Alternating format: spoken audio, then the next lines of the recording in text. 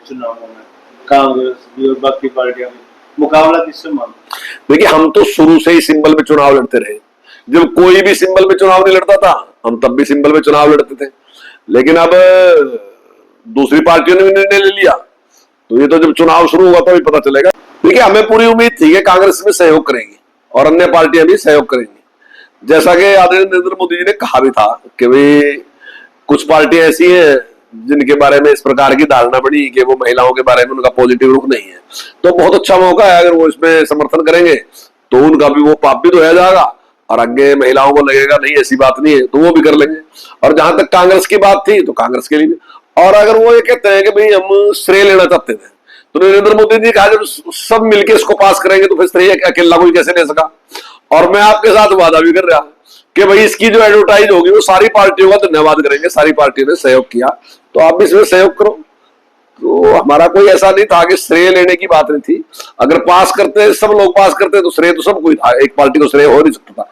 लेकिन अगर रोक दिया तो निश्चित तौर से इसमें जो नुकसान होगा उनको ही नुकसान होगा जिन्होंने रोकने का। उनके बारे में देखिए, जैन साहब भी एक सीनियर कार्यकर्ता है बहुत, और उसमें वो चुनाव नहीं लड़ सके। उनकी धर्मपत्नी जो है उसने चुनाव भी लड़ा और वो कई बार विधायक भी रही, मंत्री भी रही, तो बहुत सफल है। और उनके सहयोग में निश्चित तौर से जैन साहब ने बहुत काम किया और एक बहुत ही प्रतिष्ठित व्यक्ति है जैन साहब। और पिछला चुनाव भी लड़ा था उन्होंने, पिछला चुनाव भी मेयर का चुनाव उन्होंने जीता है और इस बार भी निश्चित तौर से बड़ी जीत हासिल करेंगे।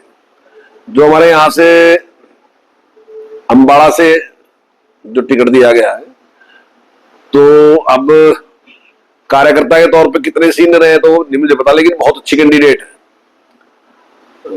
और मैं मानता हूं कि वो अच्छा रहेगा। और अभी असीम गोयल जी ने प्रेस कॉन्फ्रेंस की है और सभी कार्यकर्ताओं का जो आशीर्वाद था उसी के लिए था, सबका प्रयास था कि वो यहाँ से चुनाव लड़े। और निश्चित तौर से हमने पिछला चुनाव भी जो हमारी कैंडिडेट रही है अच्छे वोटों से उसने चुनाव जीता था और ये चुनाव अच्छे वोटों से जीते। मुद्दे क्या रहने वाले हैं के चलते हैं? विकास पे लड़ेंगे या स्थानीय मुद्दे? नहीं, देखिए, हमने देश में विकास तो मुद्दा ही मारा है, हमारे से पहले तो मुद्दा था ही नहीं। आप अगर हमारी सरकार से पहले देखो, खासकर मोदी जी के से पहले अगर आप देखो तो देश में विकास मुद्दा था और कुछ मुद्दे थे, चाहे महंगाई था, कुछ भी था, कोई भी विषय अगर उस पर मुद्दा कोई भी होता, लेकिन डेवलपमेंट का भी मुद्दा यहाँ रहा नहीं है।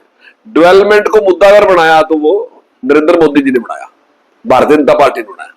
और आज भारतीय जनता पार्टी का मुद्दा जो है निश्चित तौर से डेवलपमेंट है और वो डेवलपमेंट करके दिखाए भी रहे। उसके लिए तो 2/3 बहुमत चाहिए था, तो 2/3 बहुमत तो हमारे पास नहीं था। लेकिन ये मुद्दा कोई केवल बीजेपी का नहीं था। महिला आरक्षण के बारे में पहले भी बहुत लंबे टाइम से बात हो रही, तब कांग्रेस का शासन था तब भी बात हो रही, लेकिन मैं समझता हूं कि इतने गंभीर प्रयास कभी किया नहीं गया, उसको बार बार उसको लटकाते चले गए। लेकिन अब नरेंद्र मोदी जी जिस प्रकार से, जिस गंभीरता के साथ उन्होंने इस मुद्दे को लिया कि महिलाओं को आरक्षण मिलना चाहिए, और उन्होंने स्पष्ट कहा कि महिलाओं को आरक्षण जो है कोई कृपा नहीं है उनके ऊपर, बल्कि उनका अधिकार है। और अब एक देश को अगर शक्तिशाली बनाना ना तो उसमें सब लोगों की सहभागिता चाहिए। अगर आप 50% लोगों को कह दोगे आपकी सहभागिता कम रहेगी, 50 को कह दो ज्यादा रहेगी, तो मैं समझता हूँ 100 का 100% ताकत लगाने की जरूरत है। इसलिए नरेंद्र मोदी जी हर चीज में उनका प्रयास रहता है, चाहे फिट इंडिया की बात है चाहे दूसरी कोई बात है, मतलब हर तरीके से भारत जो है ना वो ताकतवर होना चाहिए। चाहे वो 100 के 100% लोग काम भी करने चाहिए, 100 के 100% लोग फिट भी होने चाहिए, 100 के 100% लोग सुरक्षित भी होने चाहिए। यानी कि हर दृष्टि से उनका विजन है कि जब 100 के 100 लोग करेंगे काम ना जी, तब देश नंबर 1 बनेगा। तो उसमें महिलाओं की सहभागिता खूब अच्छी तरीके से बढ़े। और हमारा मानना यह है कि वो घर को बहुत अच्छे तरीके से चला सकती है। तो घर में सरकार में मुझे नहीं लगता कुछ फर्क है, वो छोटी सरकार है वो बड़ी सरकार है, क्या था जो महिला घर को इतने अच्छे तरीके से टैकल कर सकती है। यानी कि मैं तो कई महिलाओं को ऐसी को जानता हूँ जो पॉलिटिक्स भी कर रही है, पॉलिटिक्स के साथ साथ घर को बहुत अच्छा चला लेती। हम तो ऐसे हैं जो पॉलिटिक्स ही करते हैं, बाकी चीजें नहीं ध्यान देते, लेकिन महिलाओं में ये गुण भगवान ने दे रखा कि वो पॉलिटिक्स करते करते घर का भी पूरा ध्यान रखती है। तो निश्चित तौर से वो अच्छे परिणाम दे सकते हैं। कांग्रेस सिस्टम रहने वाला है, कौन लोग आएंगे और किस तरह से? देखिए, पंचकुला में श्यामलाल जी को जो डिक्लेयर किया, एक बहुत ही पुराने कार्यकर्ता है।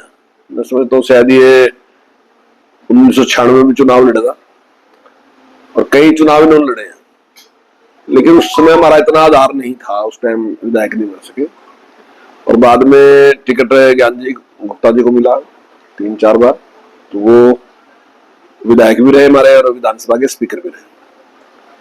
तो अब पार्टी के सभी कार्यकर्ताओं की भी इच्छा थी और जनता की भी इच्छा थी कि भाई श्यामलाल जी को टिकट मिलना चाहिए। तो पार्टी ने फैसला लिया कि श्यामलाल जी यहाँ से हमारी पार्टी की तरफ से चुनाव लड़ेंगे। और मेरा मानना है कि श्यामलाल जी को बहुत बड़ा आशीर्वाद जनता का मिलेगा, क्योंकि लोग दिल से चाहते हैं, श्यामलाल जी बहुत ही सज्जन व्यक्ति हैं और लोग भी दिल से चाहते हैं कि वो हमारे मेयर बने। और मैं समझता हूँ कि मेयर बनने के बाद वो बहुत अच्छा काम करके दिखाएंगे, ऐसा मेरा विश्वास है। इसमें प्रचार प्रसार के लिए कोई नेता आने वाले हैं या लोकल? देखिए, अभी तो हमने नहीं, लेकिन प्रचार प्रसार के लिए सभी नेता आएंगे। और विपुल गोयल जी के जिम्मे वहां की जिम्मेदारी है, उनके साथ सहयोगी के तौर पर मैं हूँ, तो मैं लगातार वहां टाइम लगाऊंगा और जहां जहां भी जो भी जरूरत होगी, जिस नेता की जरूरत होगी, उसी नेता को वहां बुलाएंगे। और हमारे सारे कार्यकर्ता और खासकर यमुनानगर के जो कार्यकर्ता हैं वो वहां पर विशेष तौर से उसमें सहयोग करेंगे।